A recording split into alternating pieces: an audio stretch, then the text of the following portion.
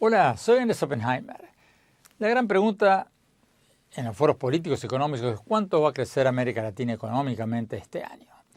La Comisión Económica para América Latina y el Caribe de las Naciones Unidas, más conocida como la CEPAL, acaba de dar a conocer sus pronósticos económicos. Y el vaticinio de la CEPAL, que es muy parecido al de otras instituciones financieras internacionales como el Banco Mundial y otras, dice que América Latina va a crecer un 2.4% este año. Apenas es un poco más que el 2.2% que creció en el 2024. Algunos van a decir que esta es una buena noticia, porque la región va a crecer, aunque sea poco. Pero si me preguntan a mí, yo creo que es una vergüenza, porque América Latina va a crecer a mucho menos que el promedio mundial y a mucho menos que varias otras regiones del mundo en desarrollo. Según la CEPAL, la economía mundial va a crecer a un promedio del 3.2% este año. O sea, bastante por encima de América Latina. India va a crecer un 6.5%. China un 4.5%. O sea, mucho más que América Latina. Y lo cierto es que América Latina es una de las regiones de menor crecimiento económico del mundo, entre otras cosas porque no atraemos inversiones o suficientes inversiones.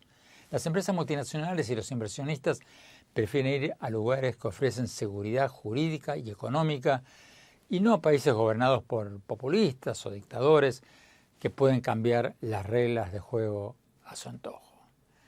Entonces, la falta de crecimiento no es un tema menor, no es un tema solo para los economistas, es algo terrible, porque aunque algunos políticos siempre tratan de convencernos de que tienen la varita mágica para reducir la pobreza, lo cierto es que sin crecimiento no hay reducción de la pobreza a mediano y largo plazo. Lo que más me preocupa a mí de todas estas proyecciones para América Latina de la CEPAL y otras instituciones es que son bastante benévolas, son bastante optimistas, porque no toman en cuenta las amenazas de Trump, del presidente electo de Estados Unidos, Donald Trump, de imponer drásticos aranceles aduaneros a los productos del exterior, de México y de todos los países latinoamericanos, y de deportar a millones de indocumentados. Eso no está contemplado en estas proyecciones económicas, por lo menos en la mayoría de ellas. O sea, si lo de Trump no son bravuconadas y cumple con sus promesas, estas medidas podrían tener un fuerte impacto negativo en la región. A pesar de todo esto, hay motivos de optimismo, o por lo menos de esperanza. Hay varias tendencias mundiales que podrían ayudar a América Latina a crecer muchísimo más. Permítanme compartir con ustedes 2 o 3 de estas 10 tendencias o motivos de optimismo que cito en mi reciente libro Cómo salir del pozo.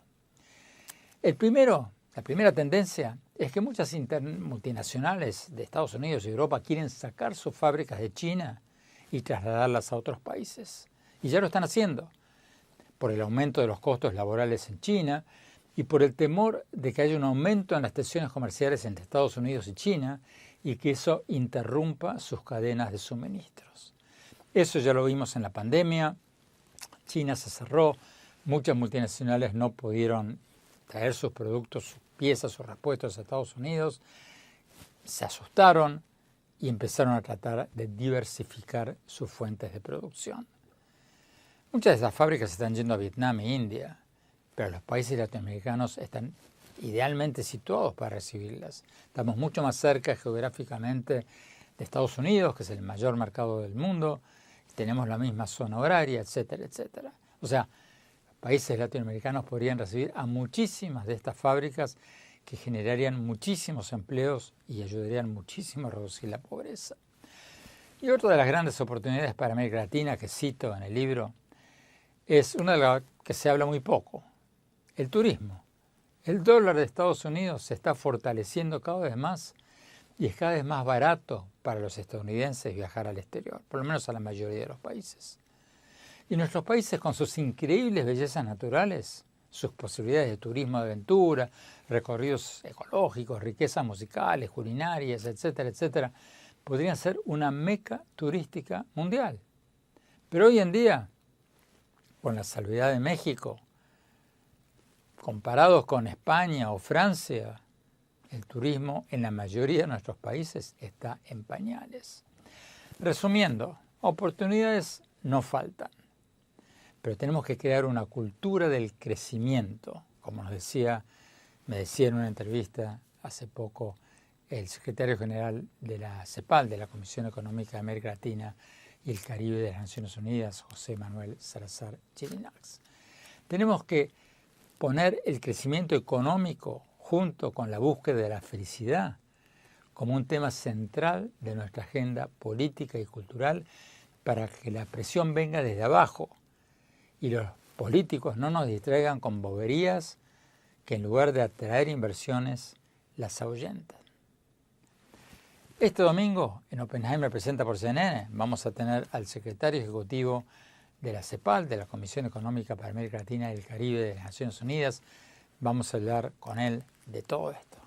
Te espero domingo a la noche, Oppenheimer Presenta por CNN.